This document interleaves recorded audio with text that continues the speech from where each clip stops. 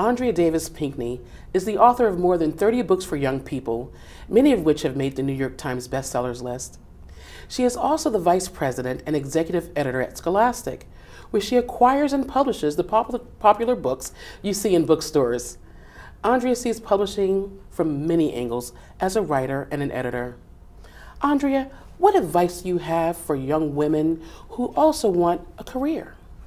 Well, Cherella, I actually grew up with a career mom, so I've gotten a lot of good advice. I think the one thing I've learned that's really important is you can't dance at every party, so to speak. So it really is about balancing perspective, making choices. An example in my own life is that I was recently given the opportunity to go to the NAACP Image Awards in Los Angeles. Now, I live in New York, and on that same weekend, my son, who's a teenager, was going to be in Boston competing for a dance scholarship.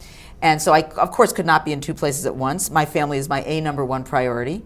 And of course, I chose to be with him in Boston. And fortunately, he won a scholarship. Could you imagine if I were in Los Angeles and I got a call that my son was in Boston winning a scholarship? So it really is about balancing and making choices. And that's how I do it. That's how the juggling act works.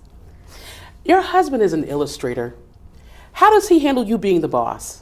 How does he handle me being the boss? Well, first of all, a lot of people don't realize authors and illustrators actually don't collaborate in the traditional sense. They don't get together at Starbucks and talk about it. So we've got a unique situation. I'm married to the guy that's illustrating a lot of the books that I've written. Brian Pinkney is my husband and frequent collaborator. The way we handle it is that neither one of us is the boss. Really, the book is the boss. And we have weekly meetings, and I treat him as I would a colleague as at the office, with respect, kindness, diplomacy, and he does the same for me. Do your children watch more TV or read?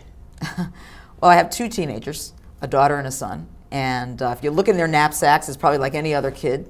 It's full of books and newspapers and magazines and a laptop and a basketball uniform, and I think because there's so much to read, there's not much time for television, and I would say that if I had to break it down, ratio 70-30, I would say that reading is definitely leading the pack there. Andrea, what is your legacy? What do you want to leave behind for your children and other people's children?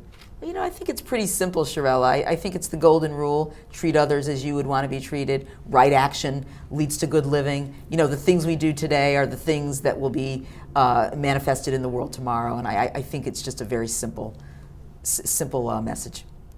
Thank you, Andrea. Thank you so much for being with us. Thank you. Thanks for having me. And thank you for watching. Stay tuned for more videos with Andrea Davis Pinkney. I'm Cherella at TheStreet.